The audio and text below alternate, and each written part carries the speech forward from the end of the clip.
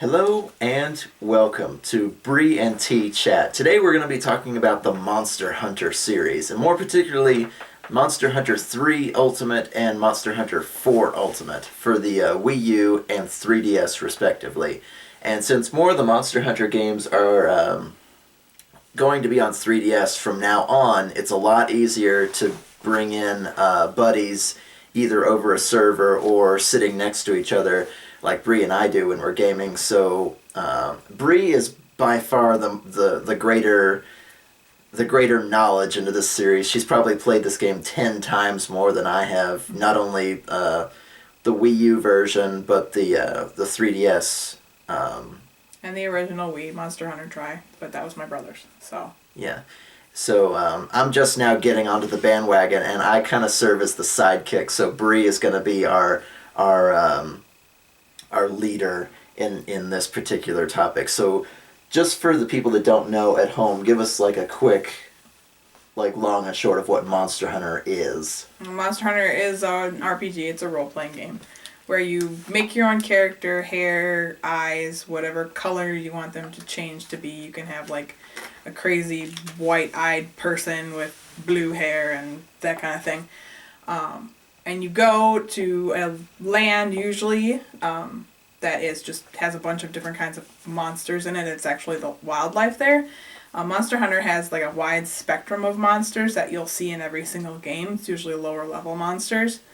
And then each area you go to, there'll be different high-end boss type monsters for every area. So when we look at Monster Hunter, the big thing, it's kind of like Pokemon, where Pokemon has similar ones in the areas that you've seen before since the game one, and now it has all these new types, which is the same kind of thing with Monster Hunter.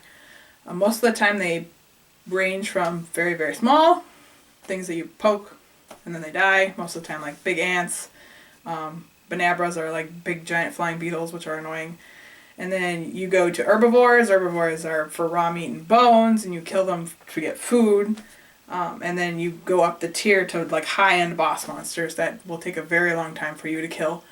And legitimately so, like 10 minutes, 20 minutes, 30 minutes, depending. The quests are 15 minutes long. So if you imagine they're giving you 15 minutes to kill one thing, this thing is going to be a very big thing. So yeah, and they have a huge range from dragons, wyverns, huge baboons, giant snakes, giant spiders, things that will legitimately take you 20 minutes to kill if they don't kick your ass off a cliff, or if they don't run away, or if something else doesn't happen, because you have a wide range of little areas to track them down, fight them, kill them, catch them, etc., etc. yeah.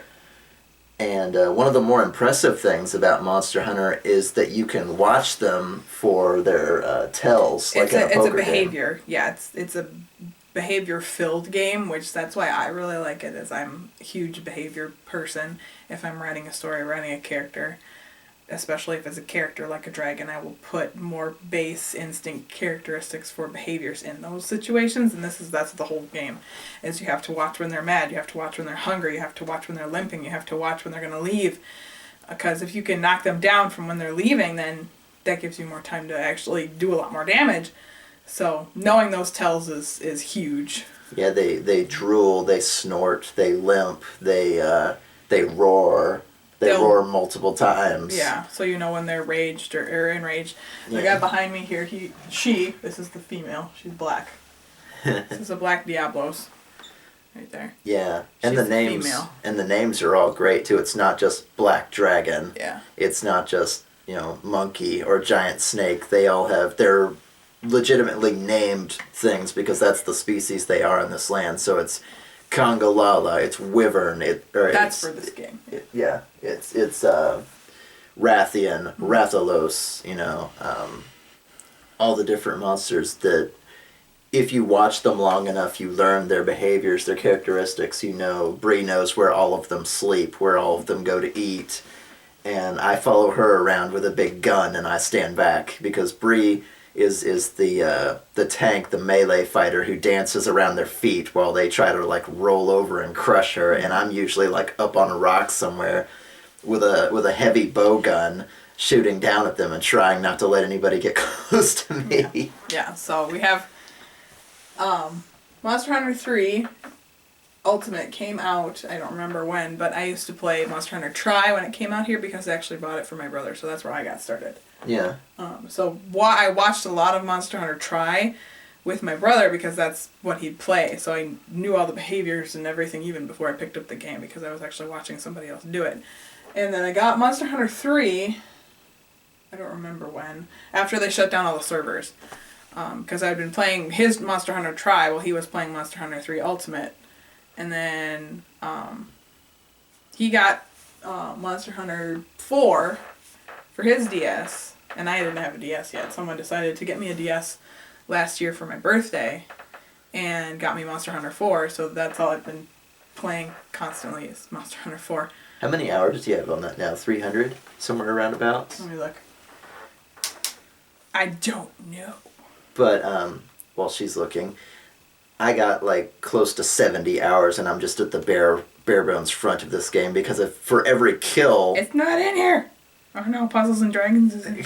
For every kill of the main course of monsters takes you 10, 20, 30 minutes. You could run this game for 200 hours and still not be easy. done. I'm way over 200 hours at this point. Yeah, like, so... And it keeps going and going and going because you have... The hunter ranks where they'll send you out to do certain quests, whether it be to go fishing or collect something or kill a certain monster, Big will get you, etc., etc. And the ranks just keep going up and up and up. And I don't know how far the story goes, but beyond where I thought it would. Yeah, I'm in story rank. I'm up to 9. So you're rank 9. I'm like rank 4. So I mean I spot pass people all the time. They're like rank 168, 149, so it goes way beyond. Yeah, up in the ridiculous quests where, they change the color of the monster and call it something different. Well, and they have a new attack. So they have a new attack, and you have to be butt naked and not get crushed in 2 hits. Gold Rathian, she's so pretty. Yeah, the Gold Rathian. So I don't know how far the story of Monster Hunter 4 Ultimate I'm still going. goes. That's with mine. And so 200 hours plus, she's still going. But there's downloaded monsters like the unicorn monster. What was it? Well, no, Kieran is an exhibition monster, but you get her quests by killing things in your expeditions. Okay. You have to kill a Rathian or a Rathalos in expeditions. It'll say new quest available. That's a new thing with Monster Hunter 4 that was not in Monster Hunter 3, where you go to the guild hall and there's a bunch of extra quests that you can get from doing these exhibitions. Instead of going into the woods, you actually have a different area. Whereas in the old game, you went on the island you were at. Yeah. And you could just free reign, run around, wait for something to spawn or harvest stuff. In this one, they have like different maps that'll randomly generate with randomly generated big monsters that you can kill. Yeah. So you have to kill certain ones in order to get other monsters that are actual quests versus an exhibition, or expedition. Yeah. So she comes from killing a Rathian or a Rathalos. Yeah, and the Kieran was kind of funny because if you kill the Kieran like multiple times and you use the parts to make Kieran armor, it's got really good defenses on it, but... It's blight resist, which is really nice because for this game they have something called the Frenzy. The Frenzy is something that you kill a monster and then it comes back to life, kind of like a zombie, but it's like 5 times stronger or something, and it's quicker, and it's going to eat your face, and the roars are different, and Kieran armor has blight resist, so you can resist the Frenzy if you get hit with it. The problem with that is that it has something called bad luck on it, which means all of your carves from whatever monster you killed with this armor on are going to suck. So I didn't know that right away. Yeah. Like I was just pretty unicorn armor with my horn and my poofy hair, and I was like, yeah, blight resist, and I was like, I didn't read everything that I should have, and it says bad luck on it. So yeah, whenever you kill a monster, you can carve stuff off of it with a knife to make, that monster armor. So Kieran armor, Rathian armor, etc., to have elemental. Same thing with weapons. You make weapons out of their parts too. Yeah. So which leads you into the greater portion of Monster Hunter is that you're basically a survivalist, that you need to pick up everything. So bugs, fish, herbs, honey, ores. Yeah, and you do that for wherever you're at. So. And they spawn on just like you can reliably find some there are things. little spots in every single map where there'll be a mining point here or a bug point here, blah blah blah blah blah. Yeah, if you've played World of Warcraft, you can always see exactly where you're supposed to mine because it's a big blob that's up on the ground. Wars. Yeah. Same thing with Guild Wars. Same thing here in Monster Hunter. You don't see it on the map. You have to see it visually. You have like a little tiny map, and you can zoom in on that map, and it'll show you where you are, and if you've paintballed a monster. But other than that, it doesn't really show anything else.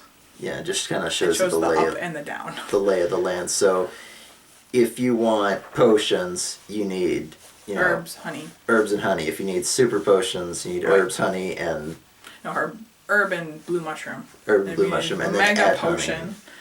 Honey. Not do the Essex Zeke thing and call them hyper potions and And so if you want anything, bullets, potions, food, armor, you got to go out there and go get it. I've been told by a few people that even though Monster Hunter was made in Japan, they made it with a Western audience in mind, which is why you have so much freedom.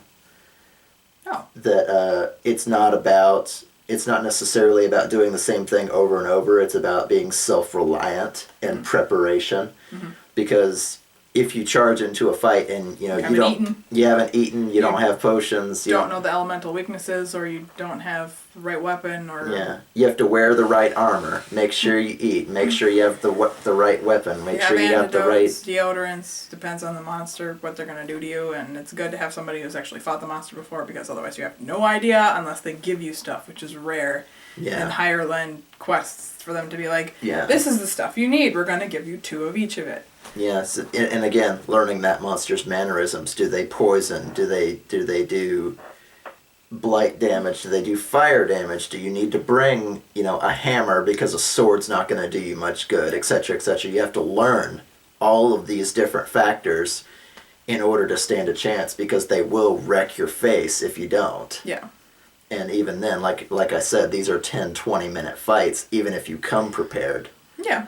So Bri and I have actually become a really great team as far as hunting things, because when you bring another person, like their health doubles and their a bunch of other things change around to compensate for the number of people. When you have story is for individuals only. Yeah. So the health is normal. Excuse me.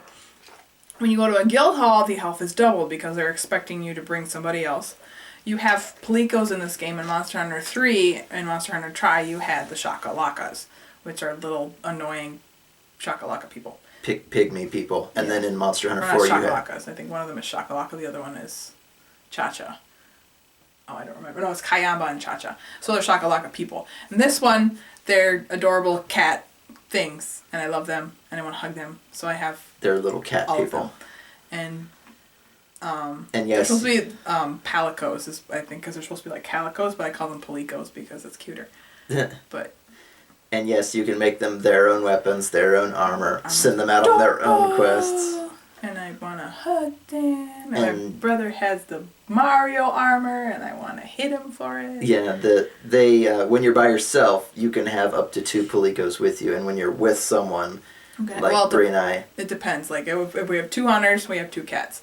If there are 3 hunters, one of us would bring none of us would bring a cat. If we have 4 hunters, none of us would bring a cat. Yeah. So the monsters in Guild Hall are for 3 players, or 4 players. Yeah. So that's why you have your 2 cats if there's 2 people. Yeah. But I don't think for 3 people they don't bring any kitties. Yeah. And the game does not hold your hand. Like I said, you've got to bring antidotes, deodorants. Or hope somebody's brought them for you. Yeah, food, bullets, the right kind of armor, the right kind of weapon. It's almost like you need to know things before you go in, or you can just, It's where experienced hunters come in. It's very much so like talking about an anime, any anime, where you go into a place and their experienced anime characters are like, oh, you're going to need this, this, and this. You're going to come with me to the newbie. Yeah. And it's very much so like that. The Sword Art Online syndrome, where they're like, yeah, there's boars in this area. Make sure you bring a long blade because a hammer's not going to do any good. running around with somebody who's more experienced than you is for the better, because there are way too many factors that come into play with some of these monsters. Yeah, and that's what story mode is primarily for, is getting you familiar with the monsters with less health, and then you can go into Guild Hall and actually stand a chance. Because it's more fun with friends. Yeah, like I had this game before. My brother and I played a little bit, but he is going to grad school for physics, engineering stuff, so he was kind of out of the picture. So I played a lot of Guild Hall on my own, which is fine because I know how to handle the monsters. So even the higher tier stuff, when I got to that point, I knew what to do. I knew how to handle it. Yeah. But yeah, it goes a lot faster when you have more people because there's a lot more damage being dealt, and it's a lot faster when you know what their elemental weakness is. Yeah. I don't know what else. What else? We could talk about the Gormogon. Yeah. I think all of them have have like a star monster, a big bad that you hear about, you see it destroy something. You get your ass kicked the first time you see it, etc., etc., and the story kind of revolves around there. The story isn't a huge factor in Monster Hunter because it just can't be, because you're going from place to place hunting all these different monsters for completely different reasons, but there's always a big bad. Yeah, in this game, Monster Hunter 3 Ultimate, the big bad is supposed to be this guy for the beginning of the story, which is the Legiacris. You see him there in the back. But it actually turns into something called the Sedeus. In Monster Hunter 3, the big difference between Monster Hunter 3 and Monster Hunter 4 is the fact that you cannot swim in water anymore, because swimming and trying to fight an underwater monster is terrible. It sucks so bad. The big bad in that one, because it was a seafaring society, was a big, giant, two-horned monster called the Sedeus. And the Sedeus is very hard to kill. He's very long, he's huge, and you gotta be able to hit him with multiple different devices and a Dragonator and all these other things. So they took that out, and instead of having this three-dimensional tier where there's water, and that's what they wanted to do. They wanted to make a three-dimensional tier where you're up and down. So they did water. They took that out, and instead they've made ledges and stuff you can jump off of and mount monsters in Monster Hunter 4. So yeah, now you've got like vines and different sized platforms and upper and lower stuff, which made a lot more sense than freaking water. Yeah. And now the big bad in Monster Hunter 4 is not huge for this particular storyline, like a huge monster. He's still a Great Wyvern. He's still classified as that because he's really hard to kill if you don't know how to judge his attacks, because you're going to get blight, or you're going to have frenzied blight, and you're going to get quote-unquote sick, even though I've never had a real problem with being blighted. But I've actually had to read up on what blight actually does to players. There you can have electric blight, you can be on fire, you can be whatever. Well, the frenzy. The frenzy blight keeps you from healing at all. Okay. So when you get hit with a big attack, you'll recover a little bit, and then your health bar will go down. The frenzy blight will just keep you from healing at all. So any damage you take will be total. Yeah, I have those little shiny rubby stones where you either are stronger against frenzied monsters or you can resist blight. So you don't yet, but that's way later.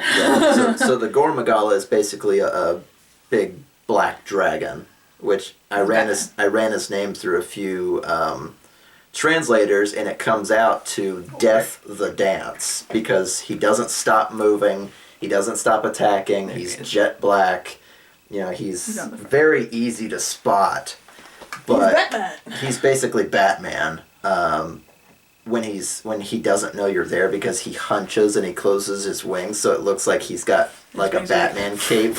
And Bri, we were hunting him for the first time, and Bri goes, he's probably up on that ledge playing Batman. Yeah. And I was like, what? And I look up, and sure enough, he's like brooding across this ledge. And I was like, he is! He's up there playing Batman, because his wings look like a big cape. Big cape, and he's like, and I'm like, oh, he's Batman. So he thinks he's Batman. He's super strong, super agile. The frenzy virus, if he doesn't eat a monster, it'll contract this disease that when it dies, it comes back to life and then even it'll stronger. eat everything. It's not like it's like cannibalism, way major scale. Yeah. That's how they describe it as. They get the frenzy and then they're killing everything. So you need to stop the frenzied monster. Yeah, and the Gormogon is patient 0, so yeah. You have to take him out before he frenzies everything else and the entire ecosystem collapses on itself. And you kill him. You haven't gotten to this part yet. And it turns out that that's not his final form. This isn't even my final form. His final form turns into big, shiny, gold, iridescent, gonna eat your face, something called the Maghalla, which is very pretty armor, but it's really hard to get his tail, so it's very hard to make his armor. Yeah, but, you can cut off tails. Yeah. And horns and bits and pieces. He's got 2 horns, he's got the same kind of face, but it's gold, and he's got a lot more prettiness. He's a lot more sparkly. Yeah. But he can still give you frenzy and eat your face. And in traditional Monster Hunter stuff, you have the final battle. So with the Sedeus, you have 3 areas to swim through. Yeah. To get to Sedeus and fight him. And in this one, you have 2 for the Maghalla. You have main camp and then a big open top of the world mountaintop that you fight him with. Yeah. So you have fun with that. Yeah, thanks. There's another one that comes up and I have no idea what it's called. Big guy, he's got a scar on his eyeball, so don't. Well, you can spoil it for him. I don't care, but don't spoil it for him. That's the next part of the storyline with Dundorma, so you haven't gotten to that part either. I don't know. There's another Monster Hunter game coming out called Monster Hunter Generations, or it was Monster Hunter Cross in Japan. No, it's supposed to come out sometime this summer, and check the date of this video if you're listening to this way later, but they've had it for months now and it's still not here, and we're kind of chomping at the bit to try it. Well, you haven't even gotten through like the main storyline of the first game, so yeah, but or this game, not the first game. The first game's on PlayStation. True, but I don't know. I'm eager to see all the new stuff just because thanks to you I've seen a whole bunch of monsters. We've seen just about all of them because there's like 24 at least, as far as like big boss monsters. Yeah, because there's Kirin, there's Orochi Kirin, there's Stygian and Ogre. You get to the higher tier, they change color. Pink Rathian, Azure Rathian, which is they'll add like an odd color to like a Rathian. Oh, it's a gold Rathian. No, it's a pink Rathian. The gold Rathian is the highest tier there is, and poor Silver Rathalos over here, he fell over. Yeah. But, Silver Rathalos. So there's different tiers of every species, but there's about 24 different species, which, again, doesn't sound like much, but if it takes half an hour to kill them, then you don't really think about it. Well, that and sometimes their elemental weaknesses shift. Yeah. So you need to pay attention. Like Stygian Zenogre, his primary element is actually dragon. So he is not weak to anything but lightning, whereas regular Zenogres, that's their main power, is lightning. So you have to pay attention because they're higher tier monsters, but it's so easy to bring the wrong thing or to shoot the wrong bullets. Then you're taking twice as long to kill something, and you're like, why? It's because he's resistant to that. Yeah. You don't know that. But as a Tigrex. And just for when I'm editing and I'm putting monsters over us, what is your favorite monster in Monster Hunter 4? Kirin. No question. The unicorn monster. And I cannot wait to do the Orochi Kirin. And if you guys get a minute and are on YouTube, look up the Kirin opening cutscene, because you're just walking along minding your own damn business. This is him and my brother's opinion about this, okay? The quest is, or not the quest, but the part of the story is, this thing is in the woods, okay? And it's bugging people. So you need to go and kill it. That's the thing. It's like, it's there, and we need you to go and take care of it. Okay, I'm the new Monster Hunter person. I can do that. And you go out into the woods, and like every other monster, you run into it. Usually they turn around and look at you after they've eaten something or attacked something, so they give you a tiny hint of how it acts. No, this one is like up on a ridge, looking down at you, like, I am God and you suck.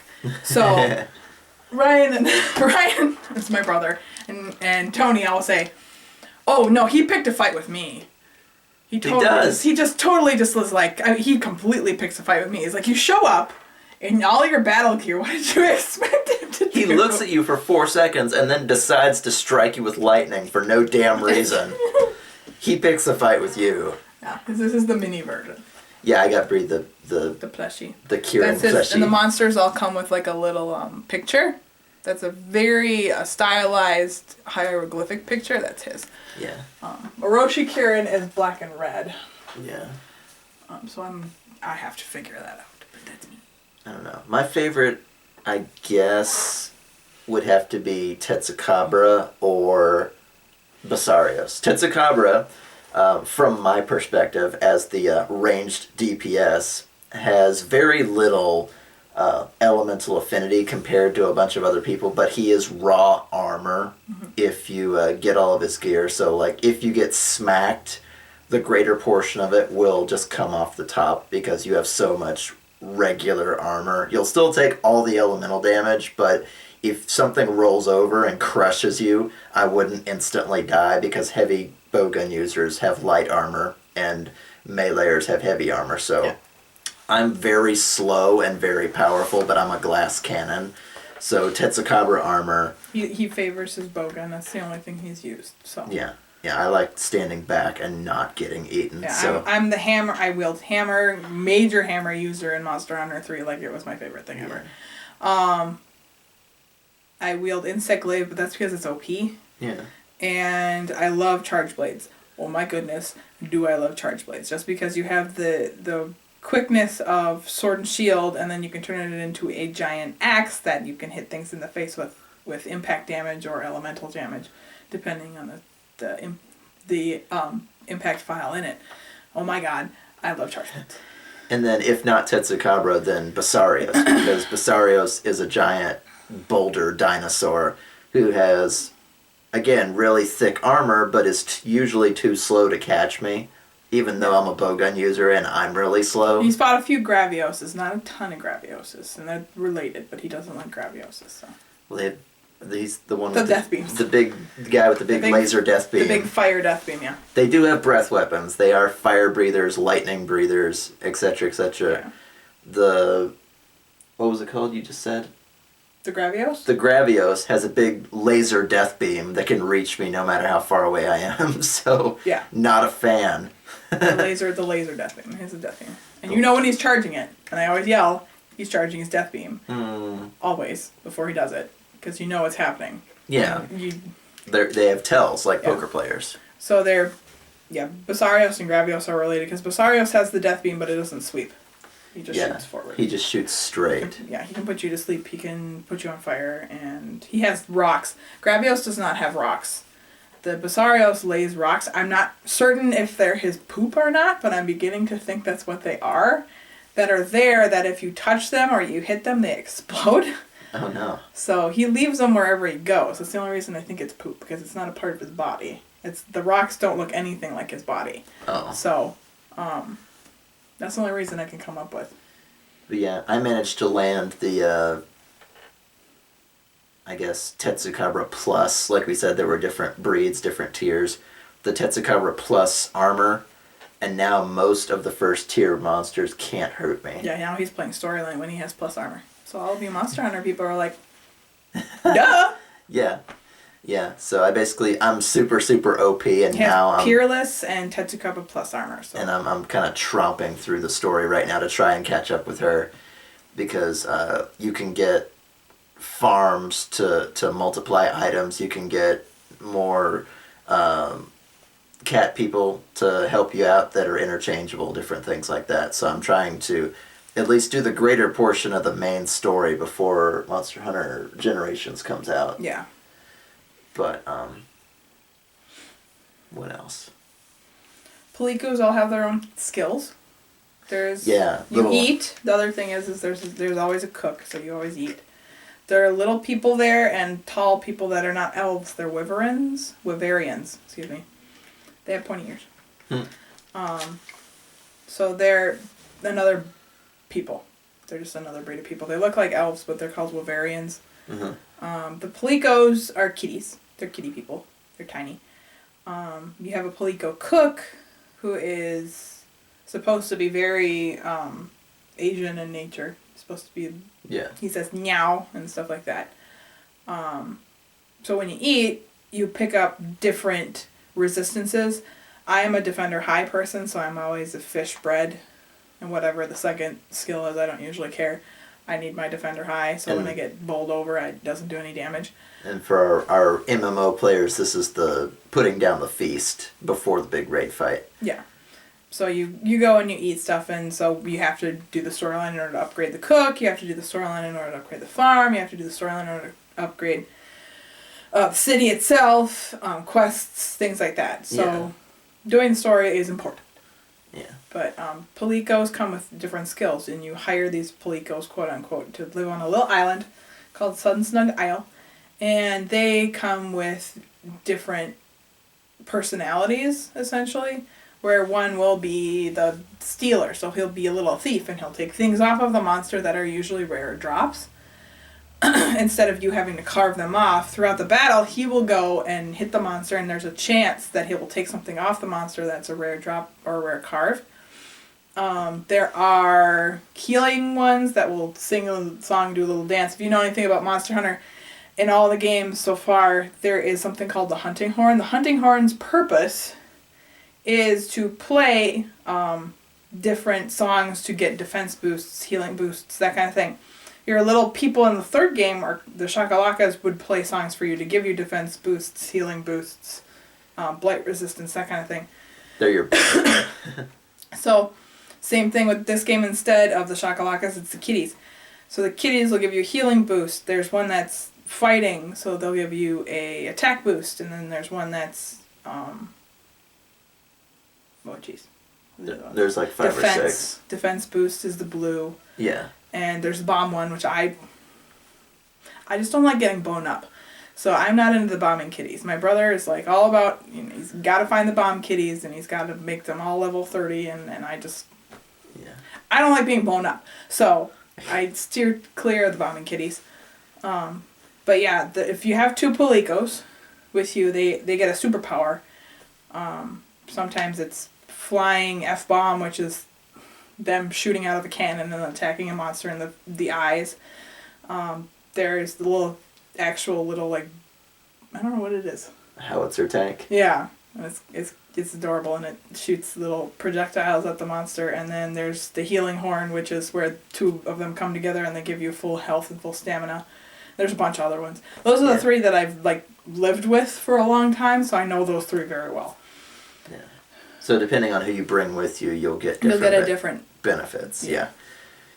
So that's helpful, because if you don't have a hunting horn, Yeah. which I've never tried it, I've seen it done. I've watched other people play the hunting horn. Yeah. I understand it works like a hammer, but you and then you do another defense boost. But they don't last very long. They last like 5 minutes or something.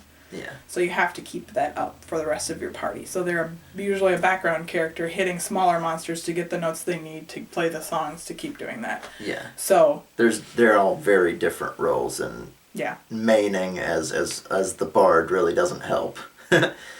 Unless you're with others. So, I mean, obviously, we've played hundreds of hours of this game, so we definitely recommend it. The games are all separate, so there's Easter eggs, but there's no storyline between them. No, like I said, that's all a different Pokemon area. That's essentially what it is. Yeah, it's like every game is a different Pokemon area. It's a different zone. It's like playing a different generation. You see monsters you've seen. Like Monster Hunter 3, there's Jaggis, but I think there's been Jaggis forever. And then Monster Hunter 4, there's Jaggis. Yeah, and all the different breeds of Jaggi. Yeah, that's the big difference is that Jaggi and then Baggy and the Wargi were in that game, which is poison, ice, sleep, poison, sleep, and normal. But they're all just little raptors with different colors and different ears. And that's the only difference between them. But they're all related. They're all in the same section because they're all from some descendant of something that was them. They've just different zones has made them so. But this game now, they have a lot more, the smaller ones. I can't remember what they're called now. Iapray, Genpray. Yeah, well, Gendrome, Iodrome.